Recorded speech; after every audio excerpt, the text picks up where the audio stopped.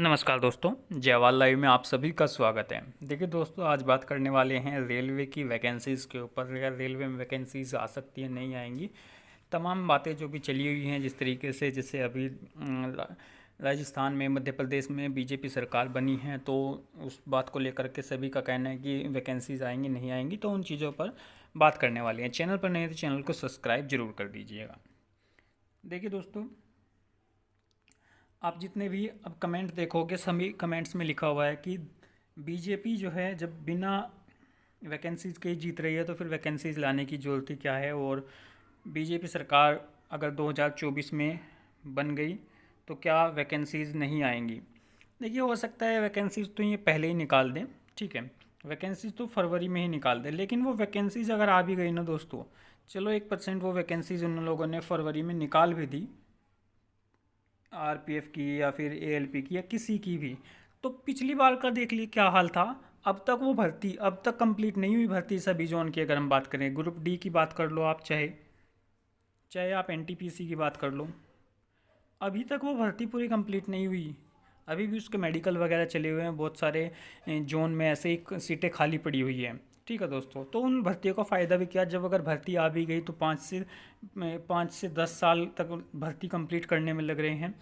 ठीक है, अब आप मान ये देखिएगा, जैसे 2019 में वैकेंसीज आई थी और 2019 में अगर उनका 5 साल तक 2019 में सिलेक्टेड हो जाते तो कितना वेतन बैठता उनका, कितनी सैलरी। ठीक है, तो इस तरीके से बीजेपी सरकार जो है रोज़गार के मामले में सबसे पिछड़ी हुई सरकार अब मानी जा रही है। सब कुछ ही प्राइवेटाइजेशन करने वाली है। ठीक है, लगातार फिर भी ये जीत ही रही हैं। अब ये तो क्या है क्या नहीं है, क्या कारण है, इस बारे में तो नहीं, लेकिन रोज़गार के मामले में यार ये बहुत बुरा हाल है, भर्ती के मामले में बहुत बुरा हाल है। ठीक है, किसी भी चीज़ को देख लो। अब राजस्थान में पुरानी पेंशन थी, जो भी कर्मचारी थे उनकी जो ओपीएस था वो बहाल था, वो आ रही थी उनकी। उन्होंने कहा था कि पुरानी पेंशन लागू थी, लेकिन अब वहाँ भी बीजेपी सरकार आ गई, तो जाहिर सी बात आती है वो सबसे पहले इस पुरानी पेंशन को ख़त्म ही करेगी। तो ये भी किसानों के मामले में और सरकारी नौकरी के भर्तियों के मामले में, गरीबों के मामले में इस टाइम पे बीजेपी सरकार जो है थोड़ी सी गलत चल रही है। जिस तरीके से मोदी सरकार स्टार्टिंग में आई थी और लोगों का एक रुझान था कि कहीं ना कहीं रोज़गार देगी ये सरकार। बाकी काम ठीक है, अच्छे कर रहे हैं। जैसे यूपी में देखिए लीजिएगा, बहुत सारी चीज़ें अच्छी भी हैं सरकार में, ये नहीं कहना चाहेंगे, लेकिन रोज़गार, बस हमें एक चीज़ चाहिए, रोज़गार।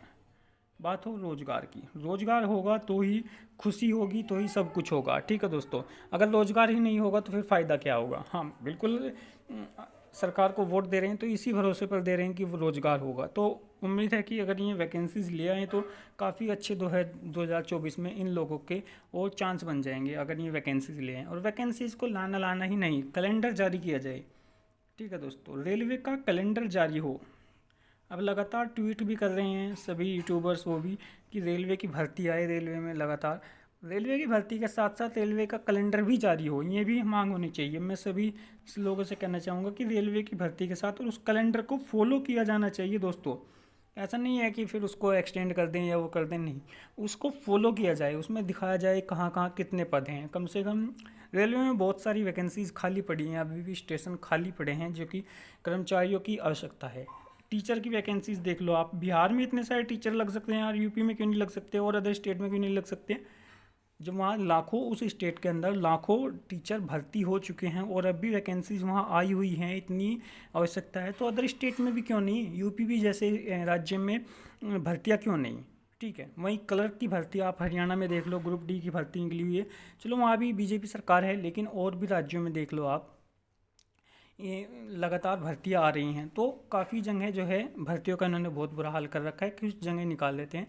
तो चांस ये है कि कुछ ना कुछ एकजुट होना पड़ेगा, सभी लोगों को एकजुट होना पड़ेगा, और इन्हें ये लगना चाहिए कि 2024 में हमारी सरकार गिर सकती है, तो ही जा कर के कुछ सुधरेंगे। जब इनको कुछ थोड़ा बहुत डर होगा कि हाँ हमारी सरकार जो है गिरने के चांस हैं, तभी जा कर के, जब कुछ डर होगा, कुछ खौफ होगा, तभी तो कुछ काम करेंगे, तभी रोज़गार की बात होगी और तभी सबसे बड़ा रोजगार देखिए रेलवे ही सब प्राय बिल्कुल जो है, रेलवे को स्टार्टिंग से ही बिल्कुल सरकारी नौकरी, प्योर सरकारी नौकरी माना गया है और सबसे ज़्यादा रोजगार भी रेलवे ही देता है। अगर एक बार वैकेंसीज निकल जाएं तो बहुत सारे कर्मचारी, इसमें कम से कम 5 लाख तक लोगों को रोजगार मिल सकता है दोस्तों, अगर इसकी वैकेंसी सही तरीके से आए, सही तरीके से कैलेंडर आए।